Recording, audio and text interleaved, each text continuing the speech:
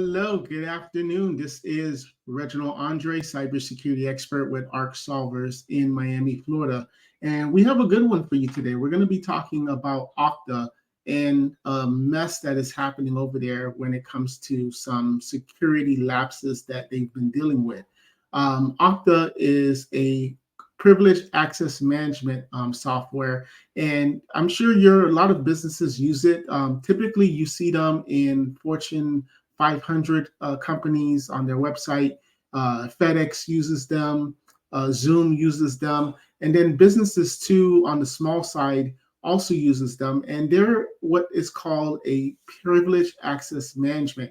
And this is a way for companies to be able to control multi-factor authentication, single sign-on, instead of something like your typical Microsoft Authenticator and Google Authenticator, because it allows IT administrators to manage, authorize, and monitor the account access. So if you have Microsoft Authenticator and your IT administrator is allowing you to use that for multi-factor authentication, that's great. It's great that you have that, but there's some visibility that they're not going to be able to see when it comes to the IT side. So when you're dealing with certain companies with certain regulations and certain sizes, the IT, they can't be blind on one side. They can't say, okay, two form factors turned on, but then they can't then not see how it's being used. And, maybe they don't want it on personal devices. Like right now, you can put Microsoft Authenticator on any device. But with something like Okta, you can actually control where it goes. So with all that said, let's do a recap of what happened and why they're in this mess right now. So Thursday, October 19th, so about 40 days ago, Okta advised customers of a security incident, and they did an investigation, and they confirmed that between September 28th of 2023 and October 17, 2023, a threat actor, which is a word for the bad guy, the hacker, had gained unauthorized access to files inside their customer support system. So think of it as your CRM system. This is their customer support system. And about 134 Okta customers or less, and they said, hey, that's only 1% of our customers were affected.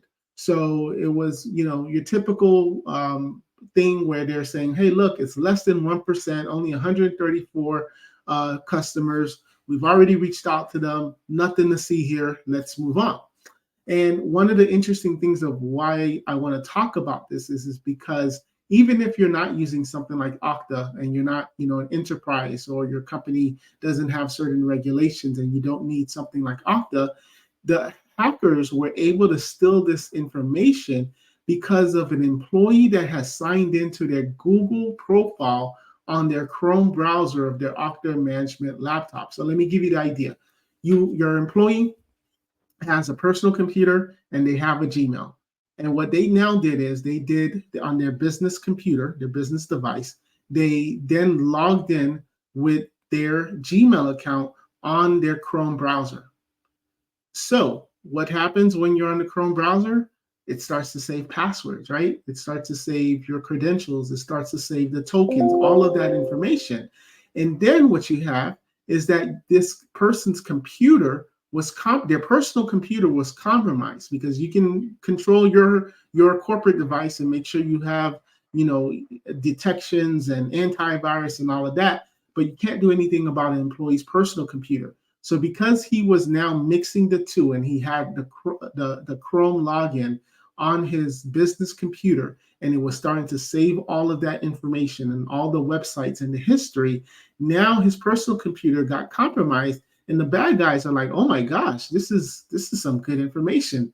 This is an employee that works at Okta, and who knows, this could have been even very particular, in the sense that they actually went after this employee. They're actually going after employees of Okta, because that's another thing that the bad guys do.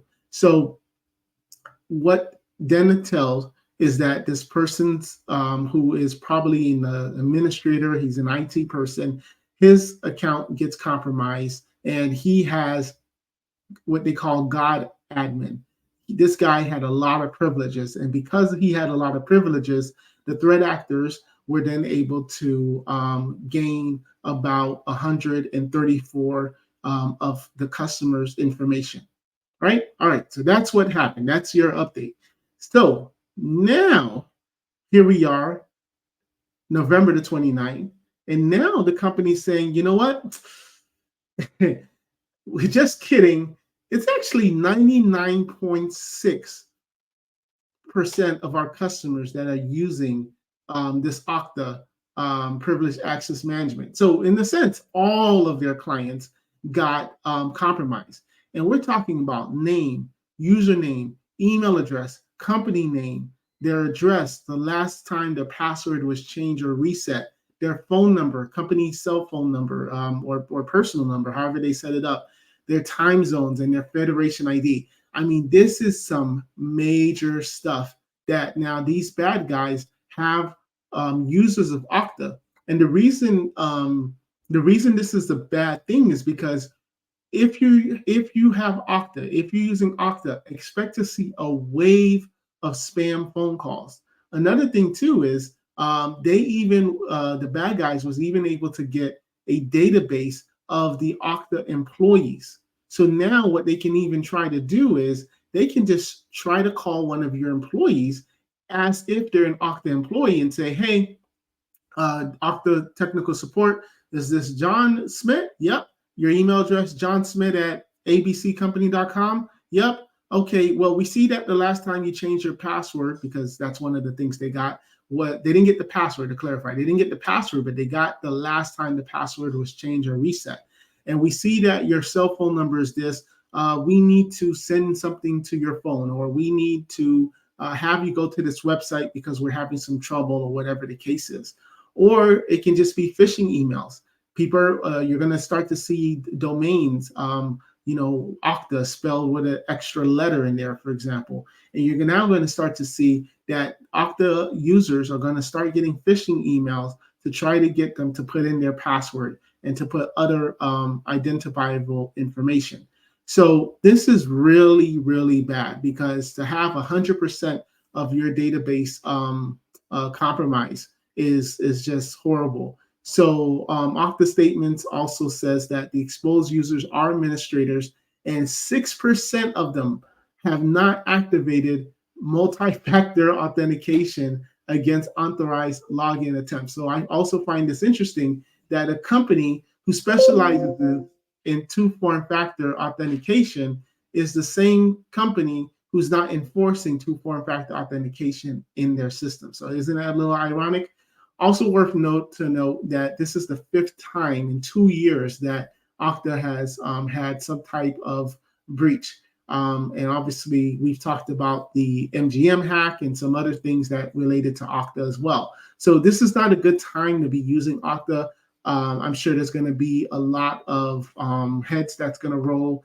We already see their stock prices is going low because of this. So definitely, if you're using Okta, you're going to want to reach out to us. We have a great product that we've been using, and some other solutions that have a lot of better controls. So if you're using Okta, first thing that you got to do is make sure that you have the two-form factor authentication on. So if you're one of those 6%, I don't know why, especially if you're an administrator, you have to have some type of technical knowledge. Don't be lazy. Turn on the two-form factor. Another thing that you can do is that you can turn on the feature that allows you as an admin to re-authenticate if your session is reused from a different IP address. So to give you an idea, let's just say you're here at home and you're logged into your Okta, right? You're seeing all of your codes and all of the passwords and so forth like that.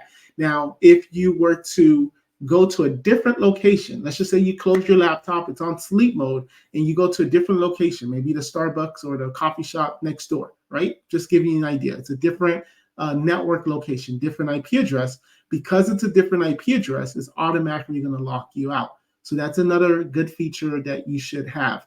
And again, you got to be vigilant of phishing attempts that may target your employees. Be trained. If you're using Okta, have a meeting, send out a video saying, look, employees, staff be especially wary of social engineering attempts, anything related to help desk.